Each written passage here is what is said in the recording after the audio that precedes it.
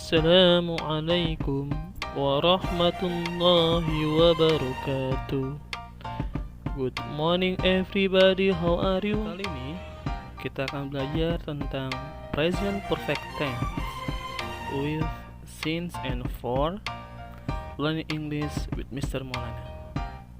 Insyaallah dengan mempelajari materi ini kalian akan menguasai dan bisa mengaplikasikan dalam kehidupan sehari-hari.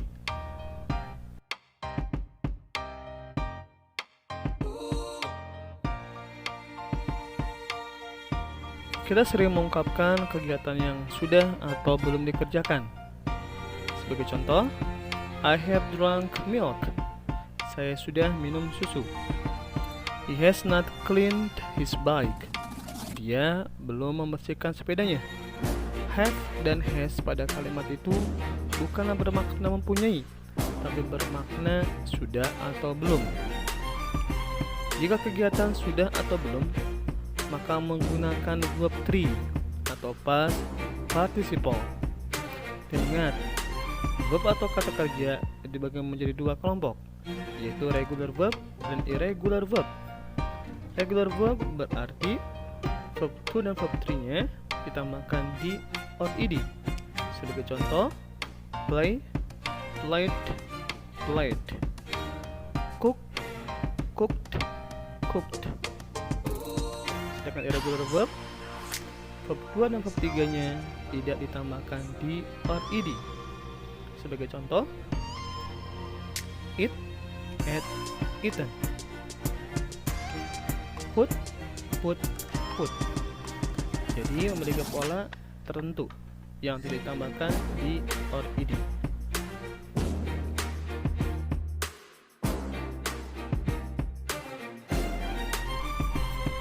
Supaya kita bisa membuat atau mengungkapkan kalimat sudah atau belum, kita perlu mengenal pola kalimat tersebut. Pola kalimat sudah atau belum atau disebut dengan present perfect tense adalah sebagai berikut. Untuk kalimat positif, yaitu subject plus have or has plus past participle. Sebagai contoh, I have tried sushi. Untuk kalimat negatif, subject plus have not or has not plus past participle. Sebagai contoh, I have not tried sushi.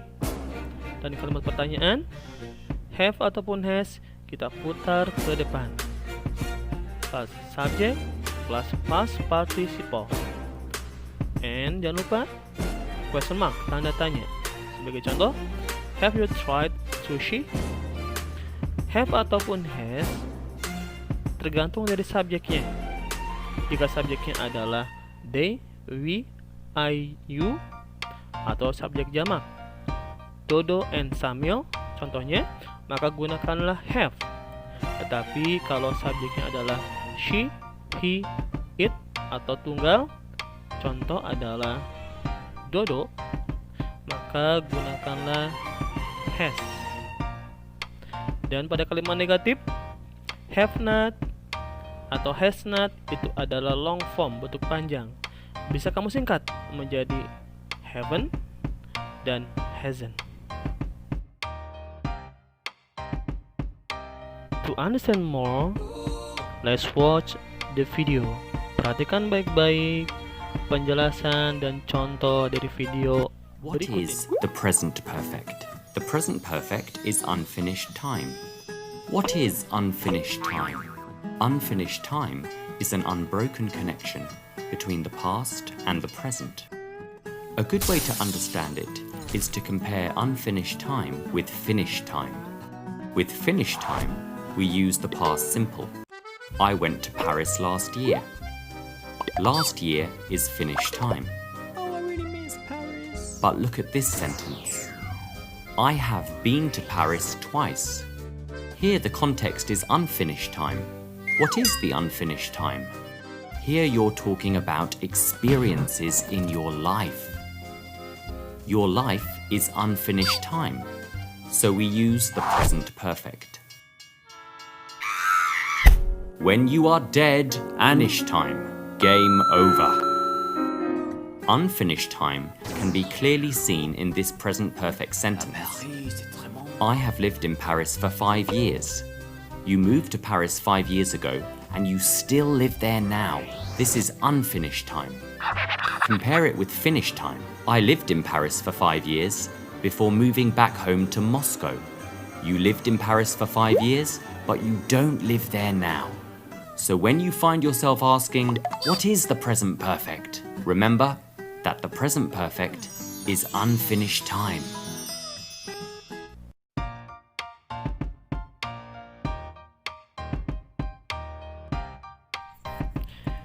Based on the video, we can use present perfect tense to talk about action which started in the past and continues up to the present. Dari video yang telah kita tonton, kita bisa mengambil makna dari present tense adalah kegiatan yang telah dilakukan pada waktu lampau dan bisa berlanjut sampai sekarang ini. Jadi, you don't use finish time.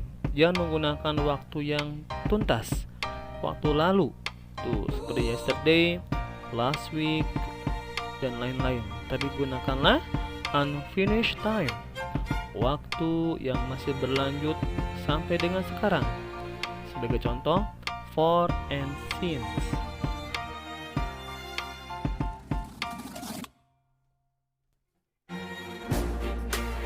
Jadi, untuk mengungkapkan kalimat sudah atau belum, kita bisa menggunakan since and for. For bukan berarti untuk, tapi di sini berarti selama. We use for with a period of time. Jadi for di sini bisa kita gunakan untuk menjelaskan durasi atau lamanya suatu kegiatan. For example, for 2 years, selama 2 tahun. For a few days, selama beberapa hari. For 30 seconds, selama 30 detik. Sedangkan since berarti sejak. We use since with the time when the action started. Since bisa kita gunakan untuk waktu ketika suatu kegiatan dikerjakan. Jadi suatu kegiatan kapan mulai dikerjakannya, kita menggunakan since. For example, since June, sejak bulan Juni. Since I met you, sejak saya bertemu denganmu. Since yesterday, sejak kemarin. Jadi tidak menunjukkan jumlah atau durasi, tapi menunjukkan kapan mulai dikerjakan awalnya.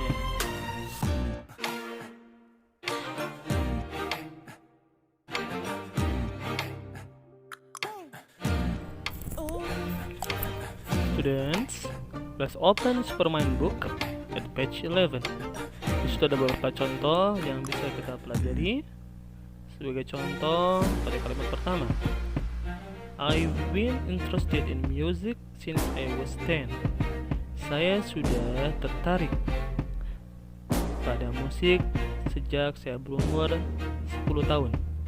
Di sini menggunakan since karena dimulainya ketika dia berumur 10 tahun.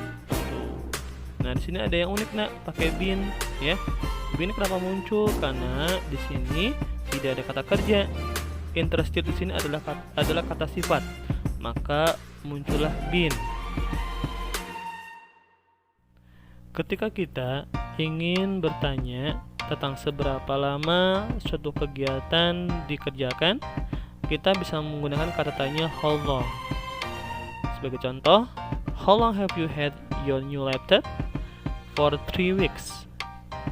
Berapa lama kamu mempunyai laptop barumu? For 3 weeks, selama 3 minggu. Ya, jadi how long itu untuk menanyakan tentang durasi ataupun bisa juga menanyakan kapan mulainya. Dan jangan lupa polanya. Setelah how long, berikutnya adalah have or has. Berikutnya subjek, past participle. Sekian penjelasan dari Mr. Maulana. Semoga kalian bisa mendapatkan manfaat. Wassalamualaikum warahmatullahi wabarakatuh.